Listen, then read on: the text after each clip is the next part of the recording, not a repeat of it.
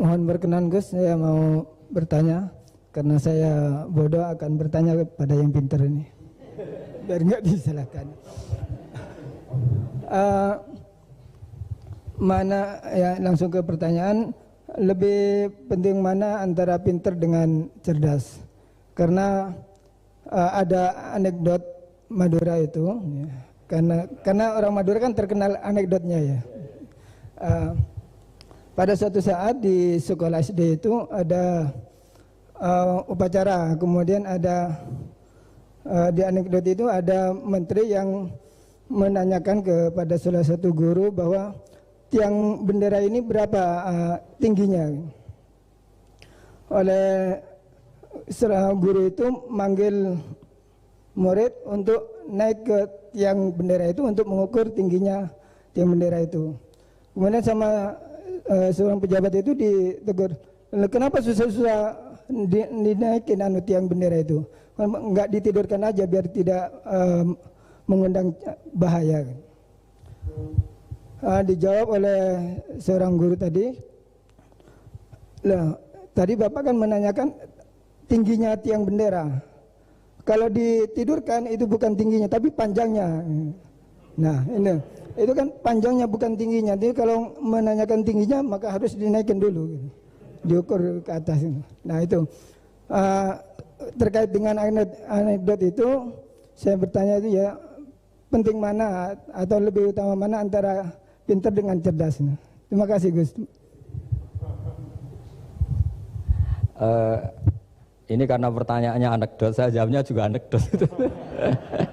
Itu kalau kita di pesantren itu gudangnya, itu kan biasanya korbannya orang Madura, tuh kasihan juga sama orang Madura. Itu kalau mereka ketangkep polisi ditanya, sudah tahu ini pelanggaran? Tahu Pak. Kenapa tetap melanggar? Gak tahu Bapak di situ sih. Jadi itu kan cerminan pikiran kita semua. Kalau gak melanggar itu bukan karena takut aturan, takut ketangkep polisi. Sudah tahu kalau pelanggaran? Tahu Pak. Kenapa melanggar? Gak tahu Bapak di situ. Ribet kan? Tapi sebetulnya jawaban dari pertanyaan jenengan itu ya sebenarnya Anda pasti tahu lah. Ini kan antara cerdas dan pintar itu mungkin ya pintar itu ya cerdas, cerdas ya pintar. Yang jelas mengetahui sesuatu yang semestinya itu ya kecerdasan, dan mengetahui itu ya namanya pinter gitu. Cuma tadi yang menterinya memang tanyanya ketinggian, di mana-mana yang bentuk tinggi itu ya begini gitu kan. Kalau begini orang sudah bilang bentuk panjang gitu. Jadi ya dalam hal ini ya pinter dan cerdas anak SD tadi yang naik tadi. Karena ya tetap dia memang benar-benar ngukur ketinggian itu, bukan kedataran. Nanti lama-lama ini bukan panjang Pak, tiduran. Tapi itu memang di beberapa dunia wali itu dunia yang memanfaatkan kepintaran dan kecerdasan. Misalnya banyak wali yang ibadahnya itu biasa. Ditanya kenapa kamu ibadahnya biasa? Loh Allah itu enggak diuntungkan oleh ibadah saya. Ya sudah, saya ibadah standar saja lah yang wajib-wajib. Makanya di dunia wali itu lebih ngeri guyonannya. Ada seorang wali doa di multazam, ya Allah ampuni dosa saya, ampuni, dan ini tempat mustajab, saya berdoa supaya saya tidak dosa lagi. Itu jawabannya unik. Kalau orang tidak dosa, sifat ghafur saya nganggur nanti.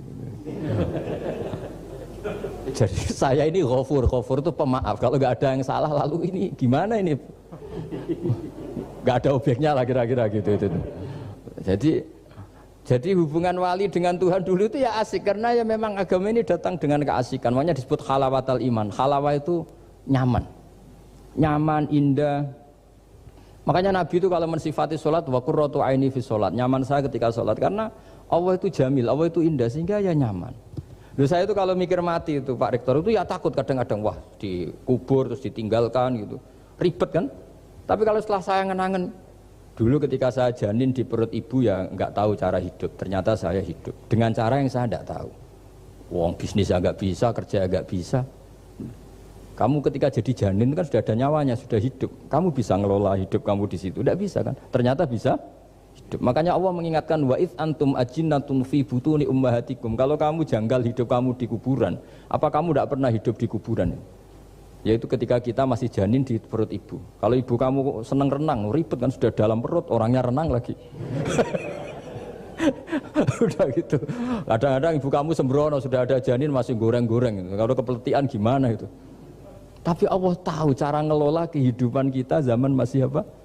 Janin. Ya kita hidup ya ada bayi yang gendut bahkan sampai disesar karena saking gendutnya. Wah itu bayi tauhidnya tinggi itu sudah tahu kalau yang ngurusi Allah. Ndablek saja dia sampai gendut.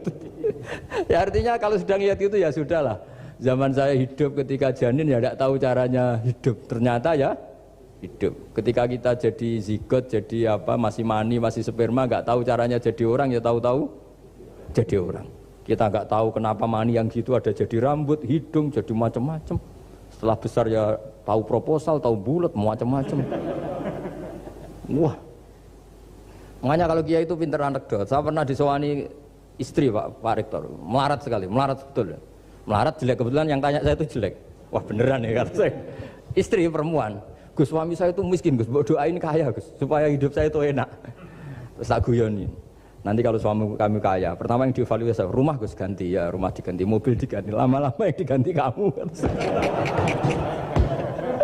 Karena apa? Rumah sudah bagus, mobil sudah bagus, yang nggak bagus itu kamu. Pasti diganti, tak jamin itu kata saya itu.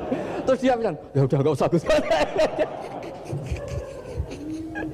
Jadi untuk karena saya ini ya mikir, saya ini kiai kan jaga image, sampai saya doakan tidak mandi kan jatuh.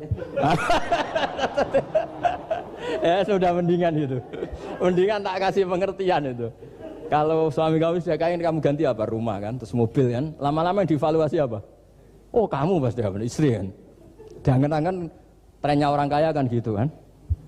Trennya orang kaya kan, ya gitulah. Terus dia udah nggak usah.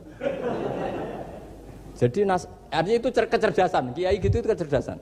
Karena kalau doa tidak mesti mustajab juga kan. Udah kiai top gitu, doanya ngobos juga kan, ribet kan. Akhirnya ya sudah gitu aja. Ya saya kira demikian.